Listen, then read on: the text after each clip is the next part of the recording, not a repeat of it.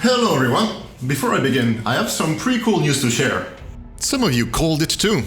I got to work with Valve on their latest True Sight documentary. That's really cool. I made a couple of the animated sequences in there. You can click on the card which should show somewhere up there, or look under the video for a link. Anyway, this is a double feature, the breakdown for both my 2017 and 2018 Dota 2 short film contest entries. What does a hero truly fear? Which one? And Wiles of the Wisp, which did not, landing in 8th place. I know this is a long overdue video, but you know, imposter syndrome, are my videos really worth talking about for an hour? And all that. But then I figured, it gives me closure and people like these anyway. I had a nice intro already filmed for this, and then I realized that I didn't want to make the same video again and again, explaining source filmmaker stuff for an hour. This time, as the video progresses, I'll go over all the elements which I think are worth talking about. So this will be a bit more like the commentary tracks you find on DVDs. And if you have any questions about any of this, do not hesitate to write a comment below. I'll do my best to respond.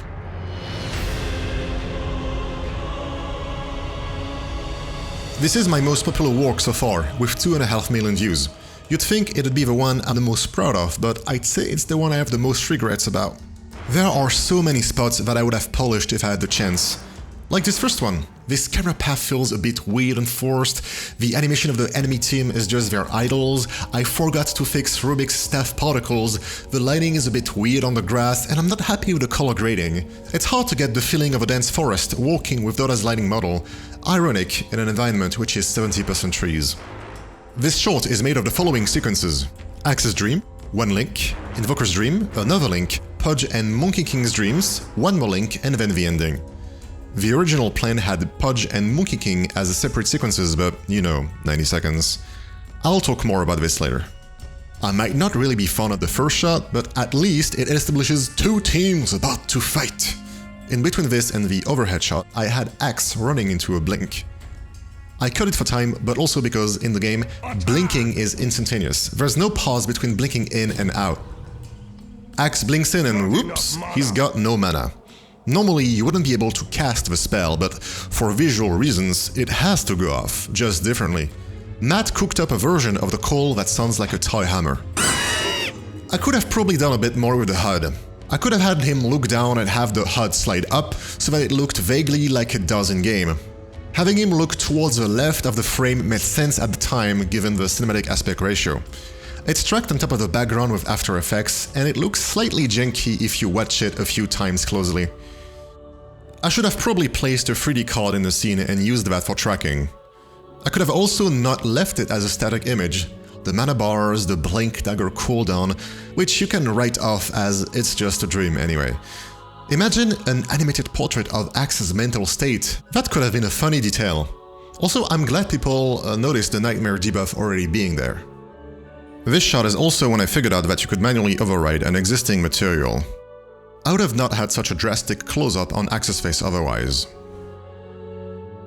The laughing animations on everyone are terribly rushed, and I am trying my best to make sure you don't pay attention to that.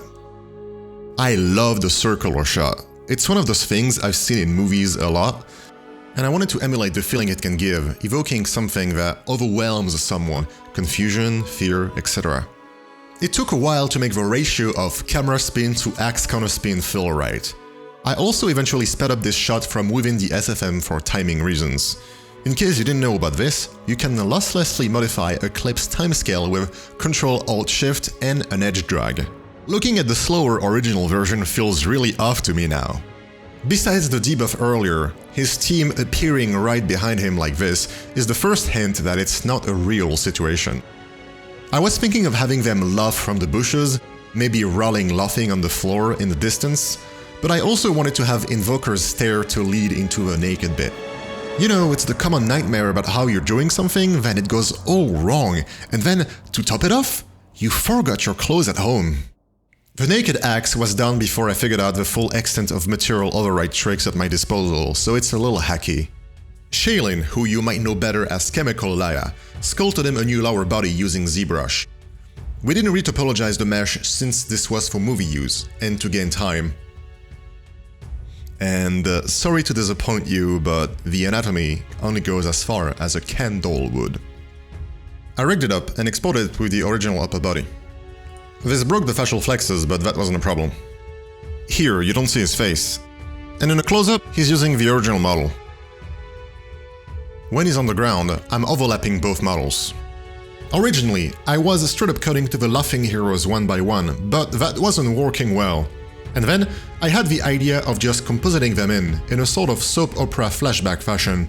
I think it paired really well with the echoing laughter, and it adds to the dreamlike quality that builds up until the reveal of the premise.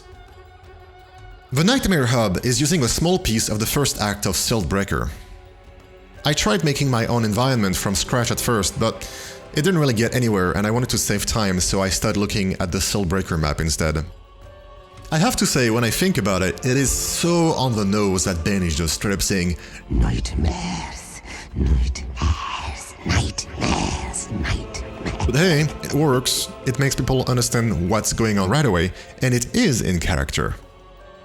How would Bane put 4 enemy heroes on the Nightmare? Starting with the 6.82 patch, released on the 25th of September 2014, any hero attacking Bane while he was channeling his ultimate would get put on the Nightmare. Then IceFrog threw away the gameplay foundation of this idea in the 7.06 patch, released on the 15th of May 2017. So you could consider this to be a tribute to the old Bane Ags. But you know what I said before, it's okay to bend the rules for movies as long as it's vaguely compatible with what players expect from what they know about the gameplay mechanics. Besides, the ultimate excuse is that this itself is Bane's own nightmare, so it doesn't really even matter. But yeah, that's why he's holding an Aghanim scepter. Well, it's only half the reason. It's also easier to visualize the connection, what he's doing to them this way, because I can place the same particle on the scepter and on the heads. The regular Nightmare particle isn't very photogenic, so I forewent that entirely and modified the Octarine core effect from the TI7 Hermit Crab core. I'm pretty happy with the lighting and atmosphere of this environment. I modified my usual night sky into a more dreamlike version. I was inspired by the beautiful night skies of 998's Unreal. And if you'll allow me to gush about it for a moment, that game is incredible. It is a hell of a journey.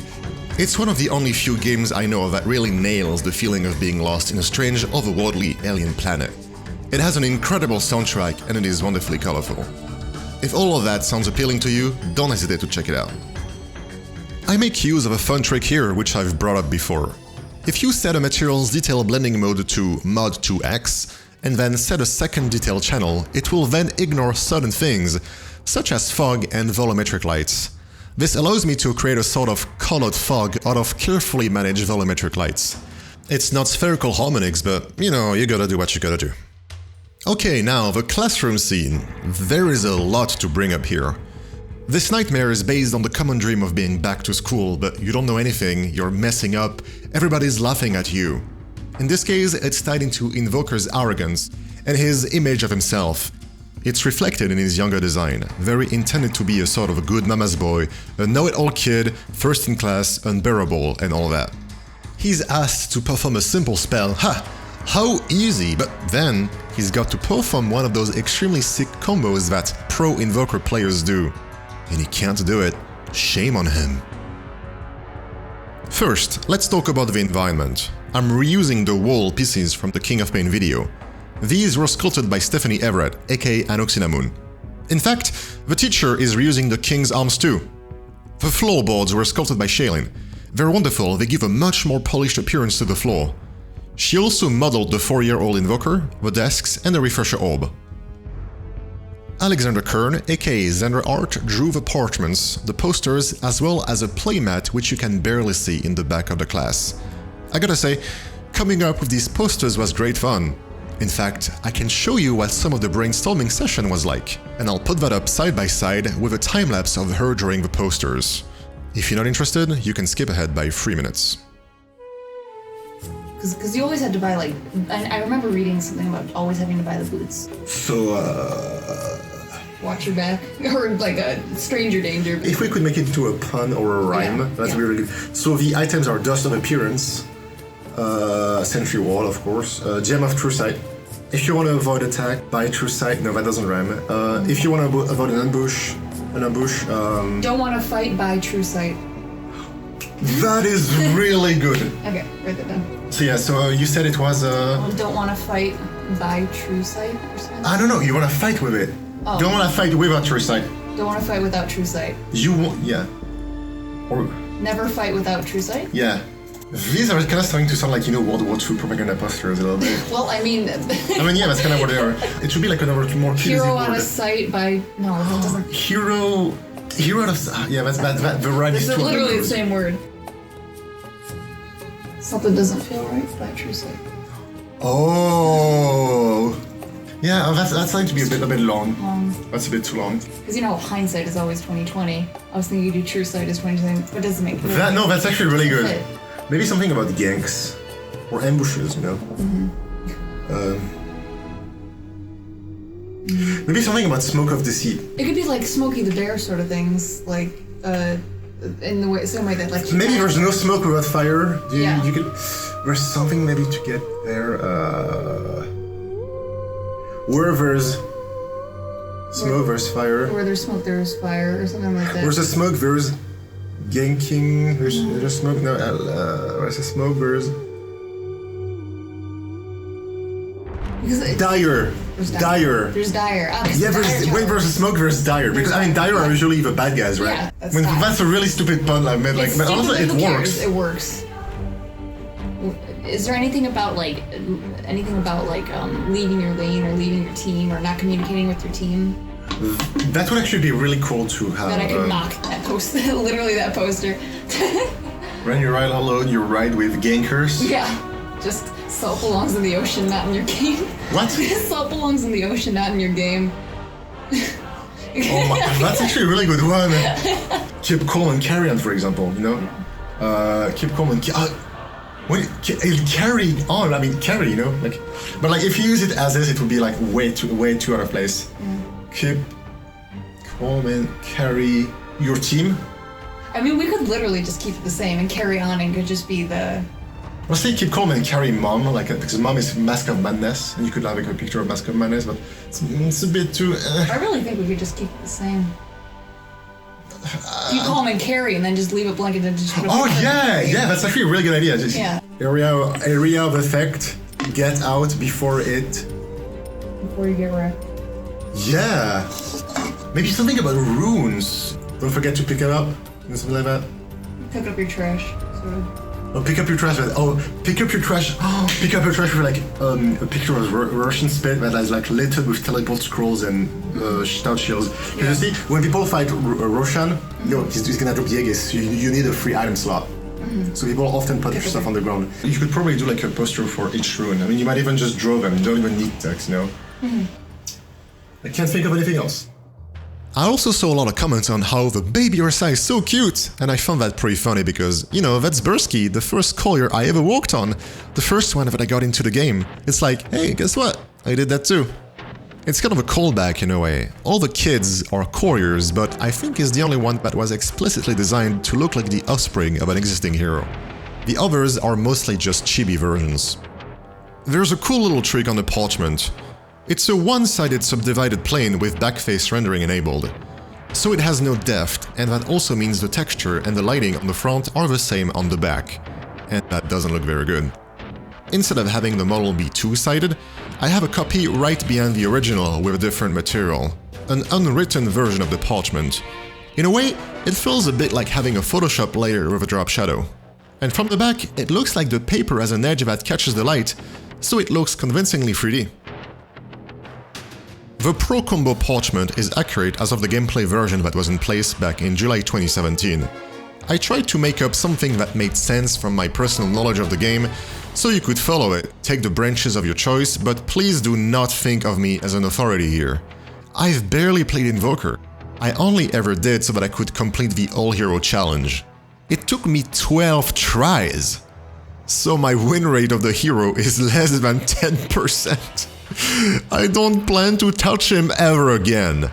Anyway, at first I wanted the parchment to be rolled up, but when he opened it, it would have fallen down and kept rolling and rolling and rolling and rolling further down the classroom. It would have been a great visual gag, but it would have taken too long to make, both in terms of production time and runtime. Let's talk about the young Invoker. Don't call him a baby. He's like 4. He's a toddler at best. This is preschool. Anyway, he was modeled by Shaylin. As I mentioned earlier, we tried to reflect his personality in that design, something that evokes being a mama's boy, an arrogant know-it-all, a teacher's pet, and all that. Unlike Axe's new lower half, he's more reasonable in his polygon count.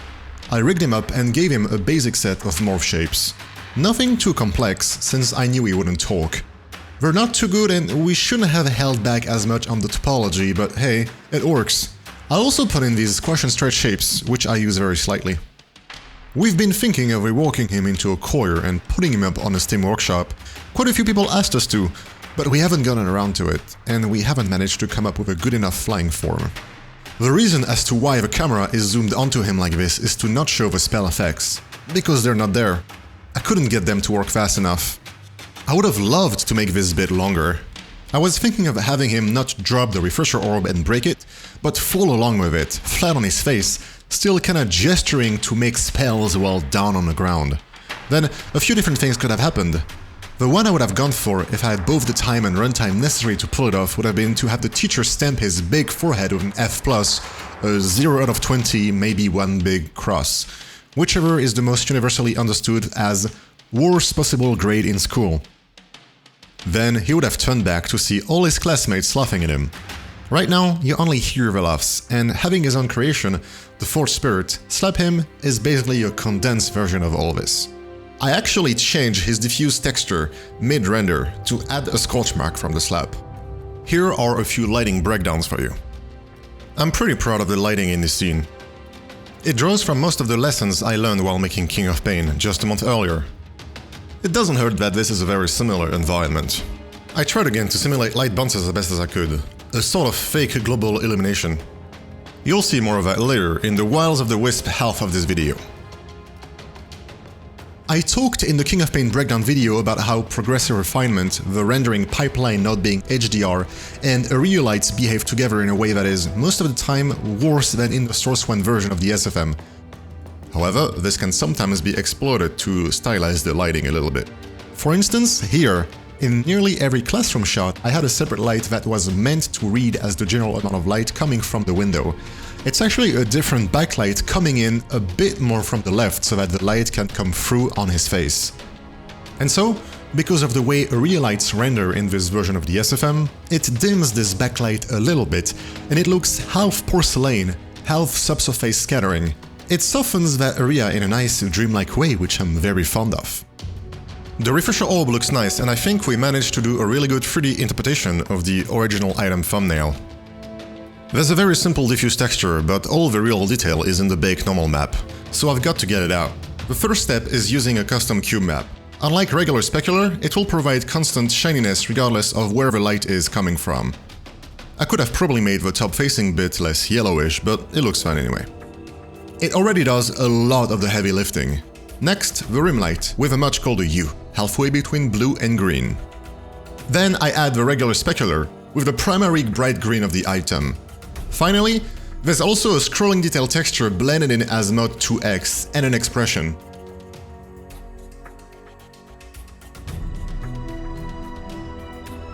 The very last thing is making the self-illuminated parts bloom up. The bloom shift value is set to -0.5, so that the effect can derivate some of the color from its source, but not too much. Then, in SFM, I add a few volumetric lights coming from the center, and there it is, a nice 3D Refresher Orb. Before we leave this section, I'll point out a couple of mistakes I made. Here, I completely forgot to animate his bow, and here there's a continuity error on Bursky. Also, the sound and its mixing in this part is very bare bones. I would definitely spend more time on that if I were making this movie today. Sound is another part which I think I did much better in Wiles of the Wisp. Onto the Pudge plus Monkey King section. I'd planned for those to be separate, but, you know, 90 seconds and all that. That's why we get into Pudge's head and come out of Monkey Kings. In his own nightmare, he would have been chased by an army of Timbersaws, as many as there are different sets probably. Eventually, he leaps to the one single remaining tree. He cowers in fear as the army surrounds it. But then, they're gone. He's still standing atop the tree. Then it turns out the tree is Tree Protector and he absolutely wrecks him. Option B would have been to have Tiny pick up the tree, and he goes to Roshan with it. With Monkey King still hanging on for dear life, And man, just as I'm writing this, I realized that I would have predicted the tiny rework in a 707 gameplay patch, released on the 31st of October 2017. That would have been amazing! As for Pudge's nightmare, it would have essentially been how it is now, but with the added gag of Roshan poofing into the Aegis of Immortality a couple of seconds after he crushes Pudge, then having Ursa take it while saying thanks to Pudge's remains. With both of these sequences merged into one, the Train Protector bit at the end of Monkey King's nightmare worked better to bridge the gap. Here's the thing though, Trient's Nature's Guy's ability worked from a gameplay perspective, but from a visual one, not so much. Pure invisibility doesn't really make sense. I think of it more as, once he stops moving, to the naked eye, he looks like any normal tree. So it's better if it's something along the lines of, oh, you see this tree that was there the whole time? That was him. It's more of a you don't notice me kind of invisibility. And I needed a tree for Monkey King to be on top of anyway. So he's standing there as the only green tree among the dead trees on the dire side. Treant Protector doesn't have that many leaves though, so I had to make him wear the tree as a sort of hat, so that there wasn't too much of a visual discontinuity. Back in the Bane realm, I like the dynamism of this shot a lot. It was a bit like animating in first person again, and I got to go wild on the depth of field. You'll note that in the SFM, right now, this particle is missing. It's at the origin point now. A lot of particle systems are broken in a similar fashion nowadays. Engine updates to the particle system did this. A lot of stuff just goes there. I haven't quite yet figured out a silver bullet to this. Just more particle wrangling to do. So then the twist is revealed. This was inside of Bane's own nightmare all along, reflected by a Lincoln Sphere and a Lotus Orb. I was a bit afraid that it wouldn't be easily understandable with only the effects, so I have Pudge visibly holding both items. I like my camera swing there a whole lot. In a way, I'm also conveying the reversal of the situation with the 180 flip, but really, you should know me better by now. The real reason is just that I like to play with the camera a lot. I like to give it life and dynamism. I'm also reusing a couple of the card backgrounds from King of Pain here, to give a bit more of an evening vibe to the scene and distinguish it further from the others. Scaraf Mage still wears this specific set for 3 reasons. First, it's a bit of a continuity nod from Lanaya is Mine. 2, it just so happens that the team he's part of consists almost entirely of warm colors, and a lot of red, so it helps to visually tie him with a red set. And third, well, it's actually my favorite set, I think it's great. I try to be consistent when it comes to making you understand teams and allegiances. Unlike Team Fortress 2, which is so clearly blue versus red, Dota 2 has no team colors. So it's up to you to come up with a way that lets people intuitively know who's with who, without having to say it out loud. Here, the team against Bane was the same at the start and at the end. On top of these 5 heroes, there are the other 5 that show up at the start, under the tower. Enchantress, Wind Ranger, Rubik, Drow Ranger, and Ursa. They're all blue or green, in opposition to red. With the exception of Ursa, they only show up in the first sequence. Then, Train Protector is a bit of a wild card. That does make 7 members in Bane's team though, but I think that's fine since they're part of the nightmares and I had to abide by 2 constraints. First, I wanted everyone in the first sequence to be smaller than Axe, because it helps to have the contrast of the big muscly red guy being mocked by 5 people much smaller than him. And second, I couldn't have Bane in it either, otherwise it could have made the reveal and concept confusing. Bane isn't in the nightmares that he induces in people. I know it sounds like I'm overthinking it, but you gotta overthink everything when you only have 90 seconds to try to convey the most amount of information you can manage. Speaking of overthinking, the last 5 seconds, because I had to nail them, I mulled over the wording of Scaraf Mage's phrase until I had the idea of making it into a question, to which Pudge can answer with that "no," which I think is so nonchalant, like a vocal shrug. It's really fitting, and it helps drive the twist home. If he says no, it's because the nightmares didn't really happen. Having Pudge answer also solved another issue. At first, I wanted to have a really cool credits reveal. Axe dunking Bane and the black inky blood on the ground spattering in such a way that it formed the text of the credits. But that was gonna take too long to make, both in terms of time and runtime.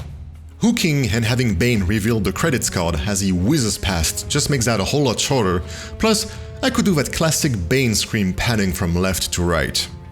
Ultimately, the "what nightmares would heroes have" concept is a cool premise. It gives insight into the characters, and it has lots of potential for humor. It could be used as a base for more videos, since I've shown you just 3.5 nightmares out of a possible 110 and more. By the way, In case you didn't know, the title is riffing on this line from the very first Dota 2 trailer. Often I am asked, what does a hero truly need? And now, I leave this movie behind with the Worlds of Machine. A round of applause, ladies and gentlemen, as we have our winner. The answer to what does a hero truly fear is just some fantastic animation. That was great. Thank you, Machine. You're too kind. And now, let's move on to Wiles of the Wisp.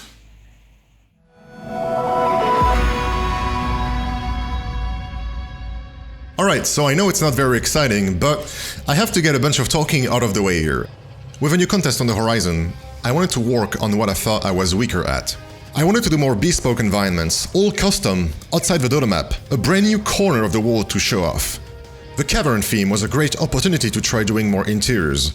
I wanted the animation to be more than merely serviceable. In my previous short, the characters aren't moving much, everyone is always standing on the spot. I also wanted to break out of the traditional formula of having a premise which is an excuse to throw skits and jokes together that are otherwise unrelated to each other.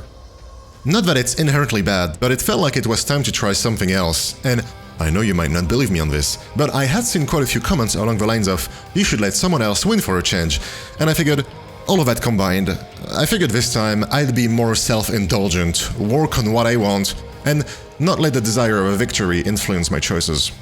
And so, I basically ended up disregarding all the advice that I've given out in my past videos, and I didn't win, so that in itself is pretty amusing. But you know how I said I wasn't really that proud of my previous short? Well, I do feel proud of this one, even though it only got 8th place. I also made it in exactly 1 month without rushing myself. What Does a Hero Truly Fear was made in just under 3 weeks, with a lot of long days. But with Wiles of the Wisp, I wanted to not pressure myself. And to be completely frank, when I saw the community's votes starting to roll in, and I realized that it was almost guaranteed I wasn't gonna place top 3, I just immediately accepted it. I mean, of course, having won the 3 previous contests softened the blow, I'm not gonna deny that. But the point is, it's like I found inner peace right away, and that allowed me to enjoy TI8 way more, since I wasn't just a nervous wreck for half the week. If you asked me to explain why I didn't win this year's vote, well, I think I can point to 3 reasons. 1. I didn't focus on comedy. 2. The story events don't really draw on any gameplay principles. 3. The story is confusing and feels rushed. The first 2 reasons were on purpose, the third one wasn't. I had the desire to make a cohesive mini-adventure, a sort of answer to the question, if I could show what I think a movie with Dota characters would look like, what would I make? While there were more people than I would have hoped who said they didn't really understand the plot, there were also people who saw what we were going for and who really appreciated the attempt at making a standalone story. In hindsight, I should have probably focused on just one thing happening to Bristleback and Ogre Magi in the Underworld, instead of trying to show an entire journey. My idea was to have 3 or 4 major events, with one short traversal sequence in between. But I wanted to do so much and show so much that in the end, everything kinda rushes along. It doesn't have the time to breathe, and squeezed so tight by the shortened timing, the original ideas lose their essence. I know I've said this about my 3 past shorts, but man, I could totally make a really cool director's cut version of this. I would have the opportunity to do all the ideas that are still crystal clear in my mind. It almost makes me want to not explain how things would have been had I not been restrained by the 90 seconds limit. But hey, I figured I might as well, really. This is what you're here for. I'm gonna have so many things to say about each scene. Before I begin going through each shot, let me change this background music. I'm going to play songs by Thomas Firkle, who made the original soundtrack for this short. I absolutely love his work with all of my heart. It's wonderfully inspiring and evocative, and if you like what you hear, I really recommend you check out his music. I really was able to put a lot of care and detail into everything. All in all, the whole thing really is a sort of microcosm of the vision I had of what a character-driven Dota movie would be. Let's get started with Bristleback, since he's the main character. He's the protagonist for a few reasons. For starters, I had already upgraded him technically after 7 sticks of dynamite. This time, I upgraded him further. I upscaled and touched up the textures for his default items. But most importantly, I remodeled his quills. Well, remodeling makes it sound more extensive than what it was. I took the geometry that was already there, performed quite a few topology modifications so that I could use the Turbo Smooth modifier, significantly increasing the smoothness of each quill's curves. This also made the edges catch the light much more easily. While writing this paragraph, I also realized that the earring was missing in most shots. I thought for a minute that this was caused by me forgetting to export the higher poly earring along with the new quills, but it turns out that this is because I forgot to run Reattach to model. Here's a short explanation of what that is. When you update a model with bones and skinning, it's possible for the internal order of bones to change for a variety of reasons.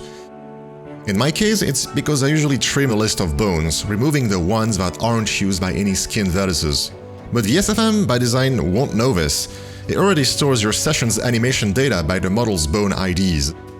So when they get shuffled up, you get something like this. Bones have effectively switched places with other ones. The Reattach to model utility fixes the mismatches. And in my case, let's see if I can dig up where the earring went. Ah, there it is! Each ear is 2 bones, and the earring effectively sits in the middle, so the weight mapping of the earring is shared between both. But when the bone IDs got shuffled around, the ID of one of the right ear bones started referencing one of the left ear bones. So the earring mesh got pulled roughly halfway in between both of these bones, inside his head. You know, the earring had shown up in this shot, and it stays on until it disappears again during the ending sequence. If it hadn't, I would have been this close to being able to jokingly claim I'd accidentally invented an origin story for it. Bristleback's earring? Yeah, he found it in some cave. Well, that was an interesting and unplanned tangent. Anyway, the second biggest reason as to why he's the main character is that Bristleback has really well-written dialogue lines, and most of them are versatile. You could take bits of them and use them in many different situations. But that's not all. You see, he has twice the amount of lines. His announcer pack does not have the usual reverb effect. Let's take a listen. No business but war, no family but death, no mercy but the grave! Radiant found the weakness in Dyer's bottom tower! It turns out, if you hit it enough, it will fall! As you can hear, Axe's announcer pack has much stronger reverberation than his regular voice. What? What's that you said? No, I don't speak chimey bell talk. Oh, I thought I'd seen dirty fighting in my day, but that takes the cake. Sure, the processing isn't the same, and there is still a little bit of an echo on Bristleback's announcer pack, but it's not that much stronger than his default voice. So he's got so many more usable lines compared to most heroes. And either way, you wanna have a little bit of an echo anyway, so that the voice can fit inside the soundscape. Otherwise, it feels artificially added in and too dry. Let me demonstrate. First, I'll play the mix, without the music but still with the reverb on the Outdoors dialogue track. Oi, listen, I can't understand a word you just said. And now let's listen to that line of dialogue without the reverb that I'm adding onto a track. Oi, listen, I can't understand a word you just said. I don't speak chimey bell talk. Do you hear how it suddenly sounds like I'm slapping unrelated audio on top? It sounds off, especially on that second line of dialogue. If I add the reverb back in, it feels natural again. I don't speak chimey bell talk. I don't speak chimey bell talk. I don't speak chimey bell talk. It sounds quite strong on its own, but that's because the reverb needs to get through the other audio layers. Of course, all of this isn't super advanced advice, and I am by no means a sound engineer, but I do hope this advice helps you next time you have to mix dialogue. Let's move on to another character, Io. Well, I'll just say Wisp instead, that's easier to say. The very first thing I did in this project, before anything else, was to see how Wisp, being a particle system, would behave. The answer spoke for itself. For those who don't know, some particle operators are not compatible with time as the SFM perceives or manipulates it. So I took it upon myself to get in there and wrestle with the 27 subsystems. It took a little while to figure out what everything was supposed to do, how the pieces fit together, and how they interacted with each other, but in the end, I had a fixed version of Wisp. Next step, the tether. I knew I was gonna have Wisp drag Bristleback along for a ride, using the tether, but the way it looks in-game doesn't really feel like it would be able to do this. To communicate the physicality of this link, it needed to be more than a straight line. It needed to have some slack that I could reduce, it had to feel a bit more like a rope. In its final version, it does very vaguely look like the Medigan beam from Team Fortress 2. Unfortunately, no matter what I tried, it broke off in odd segments if the vector that defined the curve changed too fast. However, it turns out that this was somehow tied into the output framerate, regardless of the amount of progressive refinement samples, or the amount of time an individual frame took to render. To mitigate this issue, I ended up rendering this shot at 60 frames per second instead of 30, and every other frame was discarded in post. Coincidentally, that's why a lot of 60 FPS SF videos feel extremely smooth to a lot of people, because their offer didn't change the default shutter speed intended for a frame rate of 24, but that's a discussion for another day. As I briefly mentioned earlier, I wanted to portray all new environments this time, to show my vision of a little corner of the Dota world. All this is supposed to happen years before the game proper takes place, hence why the characters don't know each other and Bristleback is still relatively unscarred. The starting scene takes place right outside the city's walls, somewhere high on a plateau surrounded by mountains.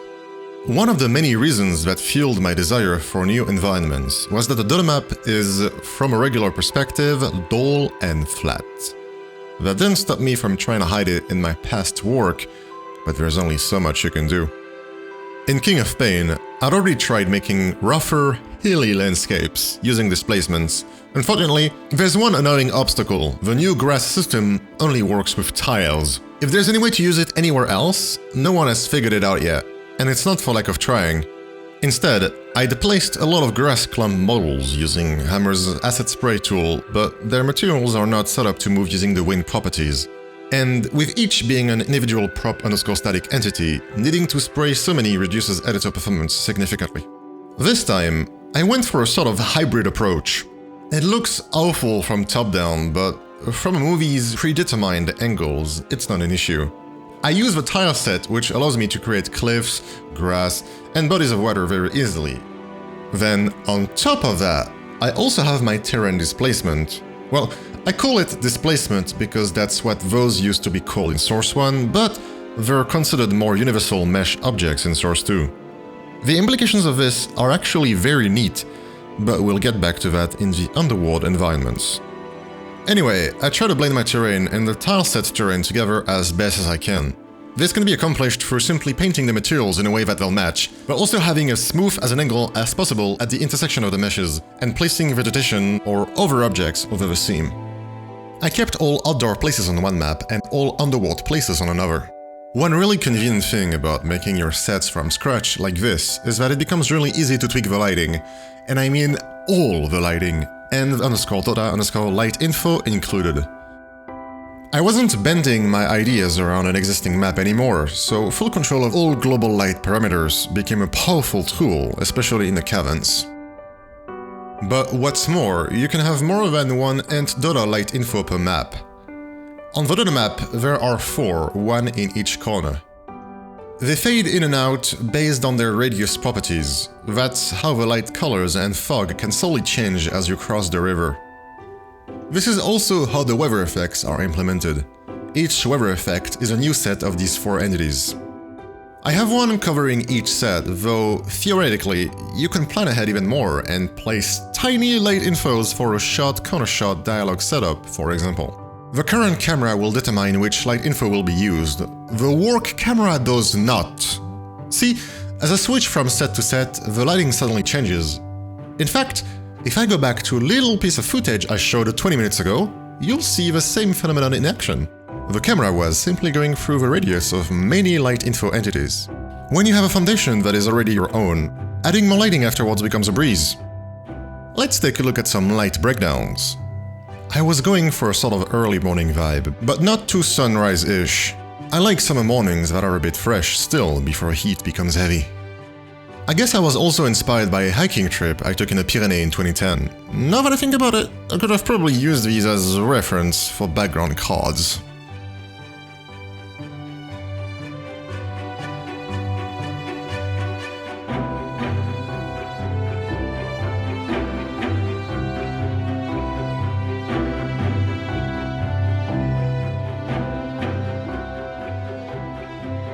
You might have noticed I added a subtle atmospheric fog made out of particles. I'd already tried a similar idea in the overhead shot of the meadow in King of Pain, but it's really here that I tried much harder to pull off nice atmospheric effects. I believe a lot of people underestimate the depth that effects like these bring to a scene. Nintendo is great at this in Zelda games, especially Breath of the Wild. I did a little control rig hack to get more range out of Bristleback's shoulders. His clavicle bones are painfully short. They should have probably started around here, around twice further inwards. I didn't feel like hacking the head out so that I could change the body at will without losing facial flexes, so I extended the shoulder a bit inwards in my control rig instead. The extra range of motion gets carried through the position. It's not revolutionary or anything, but it's a cool little trick. I had a different idea for portraying Bristleback being dragged. I wanted it to be rough, tumbling, bouncing, as he whooshed by a long, winding, rocky path of forest, and I would have contrasted it with a shot from much further away right after. But again, too long to make, too many seconds to portray. This anonymous man is one of the Siltbreaker NPCs. His hair turned white since filming. Is he getting old? Is bit rot happening? No, he's just reusing Zeus's hair, and it got brightened at some point. By the way, Puck is already watching. I love the way the forest clearing environment came out, but unfortunately this is also where how the story is presented falls apart, because I didn't let go of some of my ideas. I shouldn't have kept Wisp transforming into a ghost behind Bristleback, and I shouldn't have kept the rich-looking tombstone. I should have had the Wisp grow an arm out of nowhere and holding up the parchment that says, "Congratulations, you are the 1000th mourner, come claim your free treasure," right in front of his face. Looking back on it, I came close to actually doing that. But I was too attached to taking the idea of Wisp as a sort of trickster god, literally. I couldn't see the forest for the trees. How ironic! And I should have just thought of pushing it in a more exaggerated, ridiculous direction. Well, what's done is done. Let's take a look at a few more light breakdowns, then I'll show the environment particles in greater detail.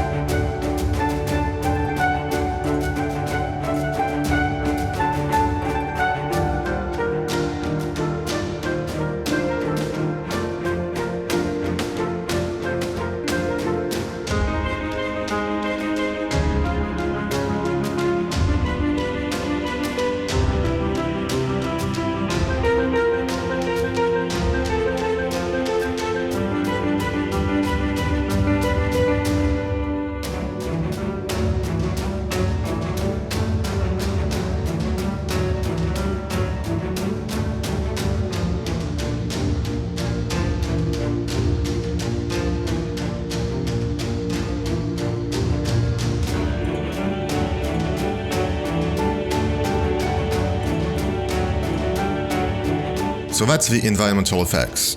Again, I don't think there's something revolutionary or outstanding, and they could be so much more advanced, like latent shadowed particles interacting with volumetric stuff, for example. But I'm convinced they help make the environment feel so much more alive. So I hope you're looking forward to me putting a bunch of particle fog in every single thing I'm making from now on. Another cool little trick I forgot to bring up earlier. To make up for the lack of baked lighting, I'm painting in my own ambient occlusion. You can do that with a paint tool on a per vertex basis. The color is then multiplied over. I also did this directly in the tileset of the walls to darken the bottom vertices of these sections in order to create a gradient. Normally, the grass can only be lit and shadowed by the global light. However, using a set of console commands, you can change that. What I do is embed the commands directly in the shot. This means they'll always run whenever the playhead enters the shot. I encourage you to play around with these commands and see how they interact with each other by yourself. For example, and don't ask me why, but setting density mode to 2 then 0 create a more chaotic distribution of cards that isn't 100% aligned perpendicularly to the camera vector. More bespoke particles here. They look like they get progressively lit by the sunlight pouring into the hole, even though that's not the case. They're just a little too bright from the get-go, but the light comes in right away, and the color grading exaggerates it further.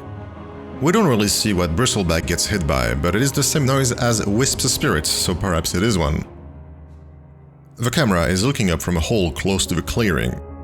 The scene was much simpler to make that way. All the props, including trees, were placed again in the SFM session instead of in Hammer. That way, I didn't have to guess in advance what exactly you'd be able to see from this angle. Let's head down to the caverns! I reckon showing the sets is as good a place to start as any. The first two sets were modeled by hand. For the first one, I created a sphere directly in Hammer, and I started sculpting. However, that didn't make for ideal topology, and the tools weren't ideal either, really. Still, it showed a lot of potential. Combined with the nice rock materials by Valve, which happened to feature parallax mapping, the rocks look convincing enough. I did my best to try to create geometry that went along with the textures, carving a rock where one was there in the material and all that. The tunnel is where this got interesting. Remember when I mentioned how mesh objects were a bit more of a universal thing in Source 2? I actually modeled the base of this tunnel in 3ds Max. I laid out the basic shape of the tunnel, then used a turbo smooth modifier, along with a couple of noise modifiers thrown on for good measure. And all I had to do to import this into Hammer was a quick FBX import-export step. After that, it was a matter of applying the material, painting the blends, and sculpting some more in Hammer. I found the possibilities offered by this to be really interesting. The other sets were made using the cavern tile set. I had to go manually wrangle the stalactites out of it. You see, since the introduction of the Immortal Gardens terrain in 2015, Dota has had support for props that fade out in a Deva pattern when they're not on the edges of the screen. This entity type, prop dynamic client fade out, doesn't show up in the SFM. The solution is to change the type to prop static. Let's go back to the first scene. See, there's a treasure chest behind him with a skeleton. Maybe I should have brought more attention to it. Maybe the left half of Ogre could have been messing with it while the right half was delivering its line. I like how it came out overall though, especially when Bristleback looks up, surprised by Ogre. One thing I did a bit late in production was going back and exaggerating the size difference between Bristleback and Ogre Magi. The range of model scales is a bit compressed for gameplay purposes, but I find that if you restore more lore appropriate size differences, and also go with head size as a reference for height when it comes to the more human characters, you get something that is visually a lot more interesting and consistent. Also, yes, I am unabashedly biased towards women in suits of armor being over 6 feet tall. I also can't not be proud of the lighting here. Again, nothing's baked, it's all carefully placed spotlights. Looking back on it, I could have maybe made it a little bit darker on the wider shot though. But overall, I'm really happy with it. Anyway, I figure I might as well get all the Underworld light stuff out of the way here at once, so let's go!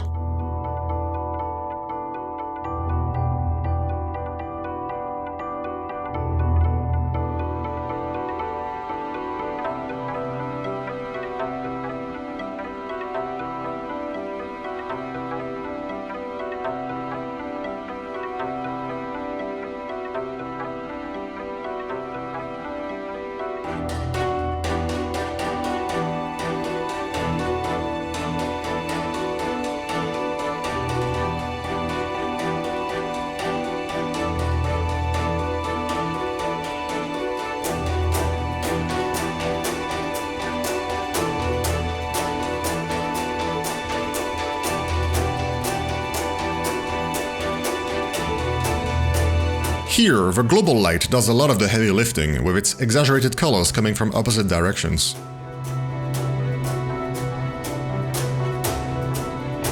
The ceiling of this cave is a cool trick achieved through the use of a weak volumetric light. Observe what I'm doing with its shadow near property.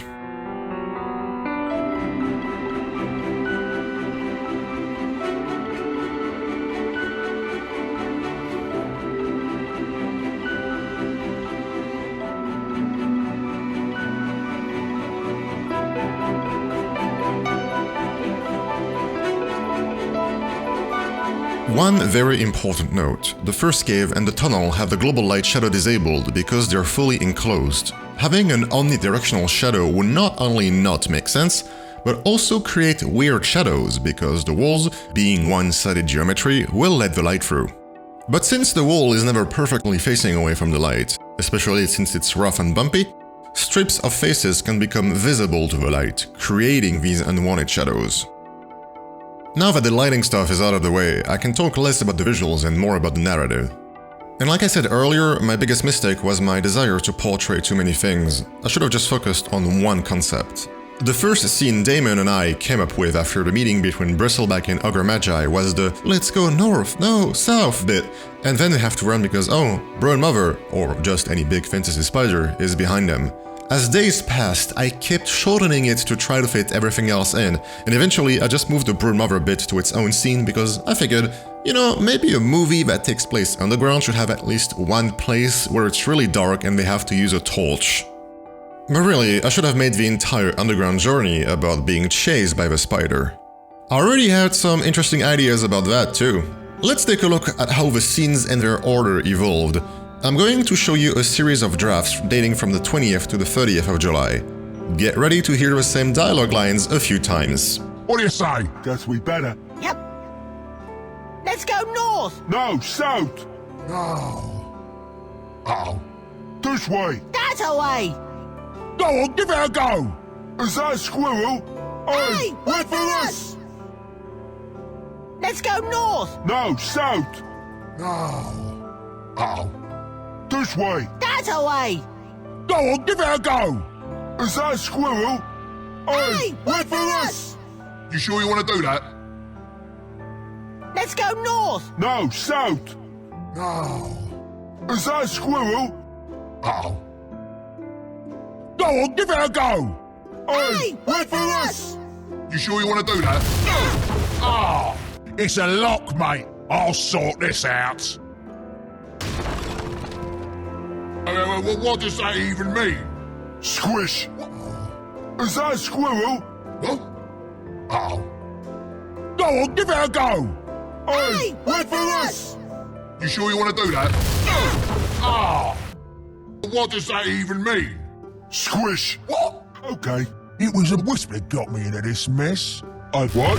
Ah! Let's go north. No, south. No. Can we get a light? This way.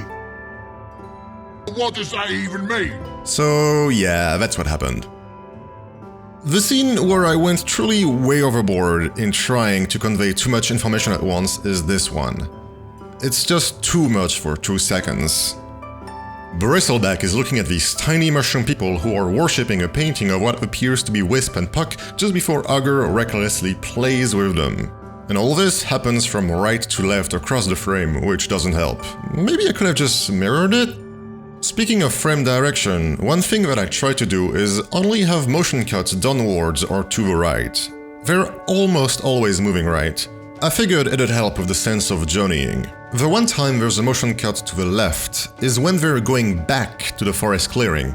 Another guideline we tried to abide by was that we didn't want to just go, "Ha ha, look at Ogre Magi, he's so stupid." Nah, it would be more something along the lines of him being so recklessly carefree and, according to his lore, so naturally lucky that he doesn't even need to care about danger or anything like that. Here, my idea was to have Tiny just unintentionally blocking the exit of this cave because that's his napping spot. Bristleback is just going, "Ah, you've gotta be kidding me," because he sees a bit of outside through cracks in the rocks, which wakes up Tiny and he goes, Oh, sorry. and he lets them through.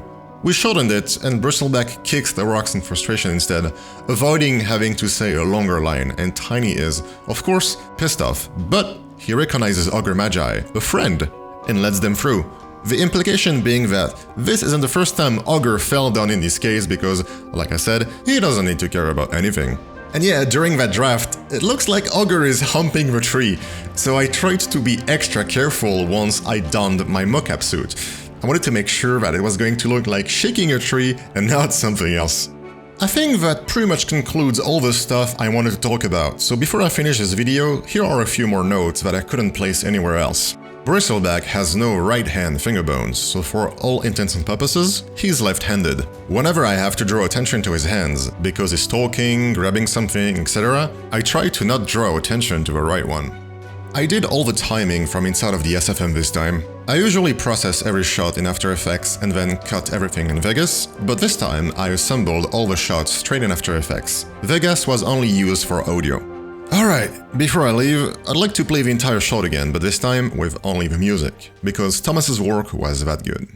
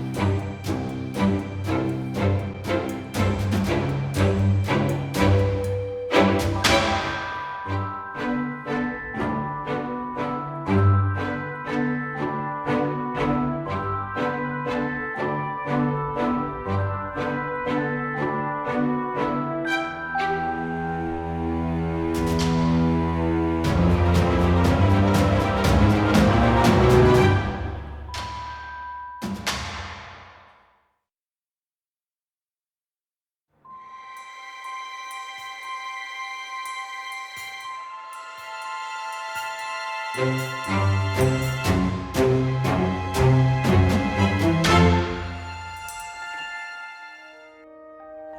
that's it for now. See you in cyberspace.